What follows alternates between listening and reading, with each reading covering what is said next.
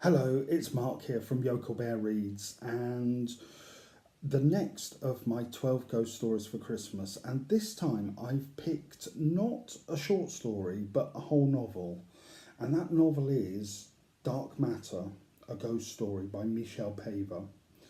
Now, this came out quite a few years ago, and I picked it up. I didn't really know what it was about. I could see it was a ghost story, but it's rapidly become one of my favourite novels of all time, and I've read this many, many times.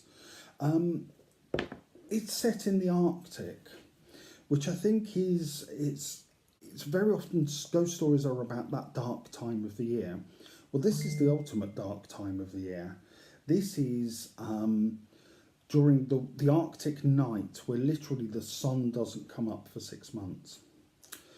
It revolves around a young working class guy called Jack Miller, who is kind of at a loose end. In 1937 in London, he's kind of at a loose end. He doesn't really know what to do with his life.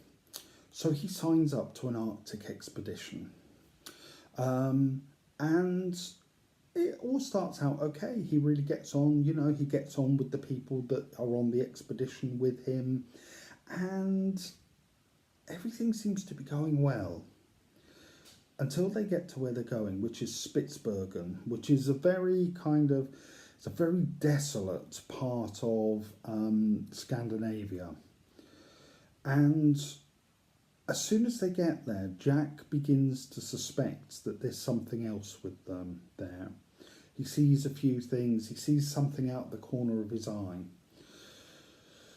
But the expedition actually doesn't do as well as they think they're going to be. And one by one, people are injured or fall ill. And eventually, it's just left with two people there, Jack and Gus. And Gus is not well.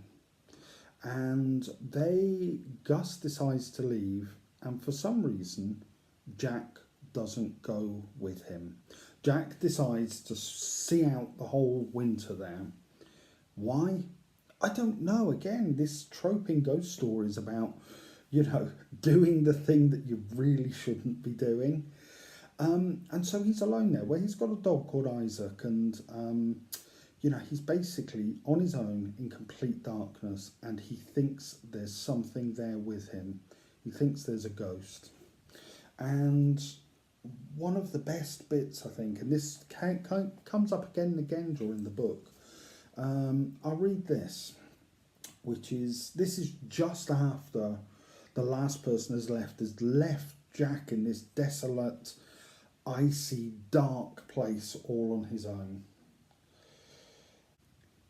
But what the hell was I supposed to do? How could I let the whole thing founder because of a few damned echoes from the past? I can just see myself explaining that to the Royal Geographical Society.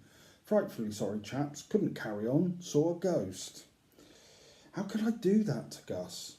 Besides, I'm not alone here, not really. I've got the dogs and the wireless, and there's that Trappard from Ouijaford if ever I need help. I'm protesting too much, I know that. But the thing to remember, Jack, is it is only an echo. It's like a footprint or a shadow. It can't hurt you. All it can do is frighten. And again, this comes up again and again during the book, that he thinks this ghost cannot hurt him.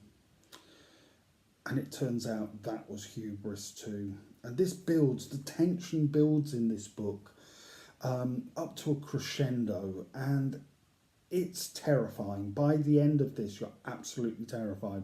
When you find out kind of what this ghost is, that in itself is terrifying, about how this ghost came to be as a terrifying kind of story within a story. It's so well written. The prose is sparse in places that just makes you that builds up the tension, and you can see this heading towards not a very good end. There's also, towards the end, I want to read you just one little bit, which I don't think will give too much away. This is towards the end of the book. One, Jack has been on his own for quite a while and some very, very strange things have happened. He's alone in the cabin, which is the only kind of habitation within hundreds of miles. I wake to darkness and dead cold. In the instant of waking, I know that I'm perceiving what cannot be, yet it is. I'm awake and I see it. It's real. Through the doorway I see it. It is standing in the main room looking out of the north window. It's inside. Now it's turning towards me. I feel its rage. Its malevolence crushes me to my bunk. I fumble for my torch. I can't find it. I can't get untangled from the sleeping bag. I knock over the chair beside me. Glass shatters. A stink of paraffin. I find the torch. The beam veers crazily off scattered shards. A slick of paraffin. Isaac is huddled against my bunk. His eyes bulge as they follow something that moves out of sight behind the doorway. I think of all the books that or stories I've recommended in this series, this is probably the best suited to winter because it's just, you can feel the dark, the cold, the isolation. As I said, it's a terrifying book, but it's also a cracking ghost story. So that's today's ghost story for Christmas. Dark Matter, Michel Paver. In the next one, we'll be staying in the Arctic, but we're going to be on board ship. And I'm going to introduce you to the stuff that Sir Arthur Conan Doyle wrote that wasn't Sherlock Holmes. We're going on a sea trip. In the meantime, sleep well.